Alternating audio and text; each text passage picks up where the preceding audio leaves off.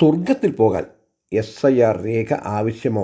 ഇന്ന് 2025 ഡിസംബർ 15 തിങ്കളാഴ്ച. ചിന്തകൾ യാഥാർത്ഥ്യങ്ങൾ നമ്പർ 2590 ഏവർക്കും സ്നേഹത്തോടെ സ്വാഗതം.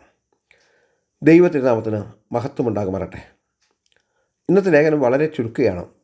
ഇന്നലെ എഴുതിയതിൻ്റെ ബാക്കി ആയതിനാലും അത്യാവശ്യമായി രാവിലെ തന്നെ ബാംഗ്ലൂർ വരെ ഒന്ന് പോകുന്നത് കൊണ്ടും ദീർഘിപ്പിക്കുന്നതല്ല.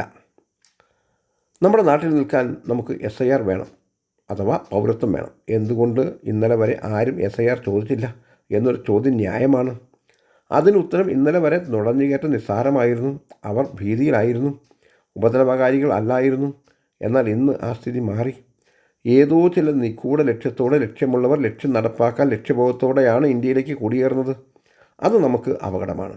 അത് നിരോധിക്കപ്പെടണമെങ്കിൽ ഒറിജിനൽ ആളുകൾ ആരെന്ന് അറിഞ്ഞിരിക്കേണ്ടത് ആവശ്യമാണ്.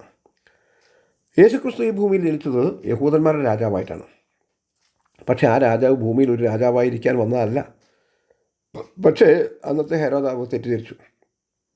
ഈ ജനിച്ച പൈതൽ വളർന്നു വന്ന് തൻ്റെ ഭരണത്തെ അട്ടിമറിക്കുമെന്ന് പേടിച്ചിട്ട് യേശുക്രിസ്തുവിനെ കൊന്നുകളയുവാൻ തീരുമാനിച്ചു. അദ്ദേഹത്തിന് യേശുക്രിസ്തുവിനെ കണ്ടെത്താൻ കഴിഞ്ഞില്ല. അതുകൊണ്ട് അയാൾ ആ നാട്ടിലുള്ള 2 വയസ്സ് താഴെയുള്ള എല്ലാ ആൺകുട്ടികളെയും കൊന്നുകളഞ്ഞു. ആ കൂട്ടത്തിൽ യേശുക്രിസ്തു മരിച്ചു കാണുമെന്ന് അയാൾ കരുതി. ഇതെല്ലാം മത്തായി സുവിശേഷം 2 ഉണ്ട്. വാക്യം 13 മുതൽ ഇപ്പോൾ വായിക്കാം.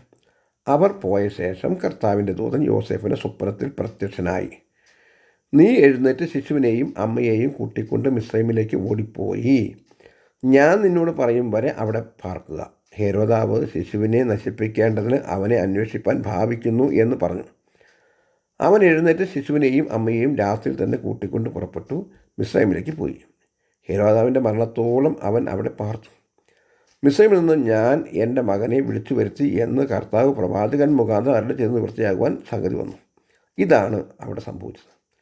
രാജ്യം ഒരു ഭീഷണിയെ നേരിട്ടാൽ, രാജാവ് ഒരു ഭീഷണിയെ നേരിട്ടാൽ അവരെ ഇല്ലാതാക്കുക എന്നത് പണ്ടേ മുതലുള്ള കാര്യമാണ്. ഇനി മനുഷ്യൻ സ്വർഗത്തിൽ പോകാൻ സ്വർഗീയ പൗരത്വം വേണോ എന്ന ചോദ്യത്തിന് ഉത്തരം കണ്ടെത്താം.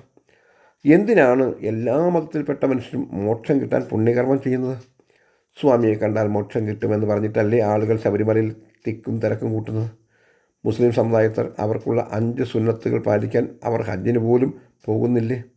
ഈ കാര്യത്തിൽ ക്രിസ്തു മതക്കാരും ഒട്ടും പിന്നിലല്ല എന്ന് മാത്രമല്ല, വളരെ മുന്നിലുമാണ്.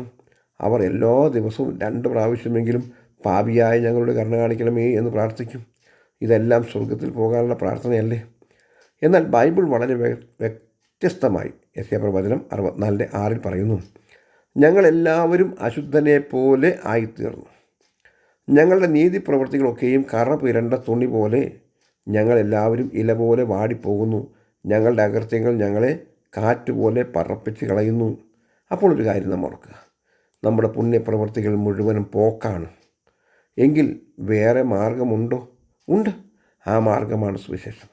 കൊലോസ്യ ലേഖനം 1:14 യേശു ക്രിസ്തുവിൽ നമുക്ക് പാപമോചനമെന്ന വീണ്ടെടുപ്പുണ്ട് എന്ന് കൃത്യമായി പറയുന്നു.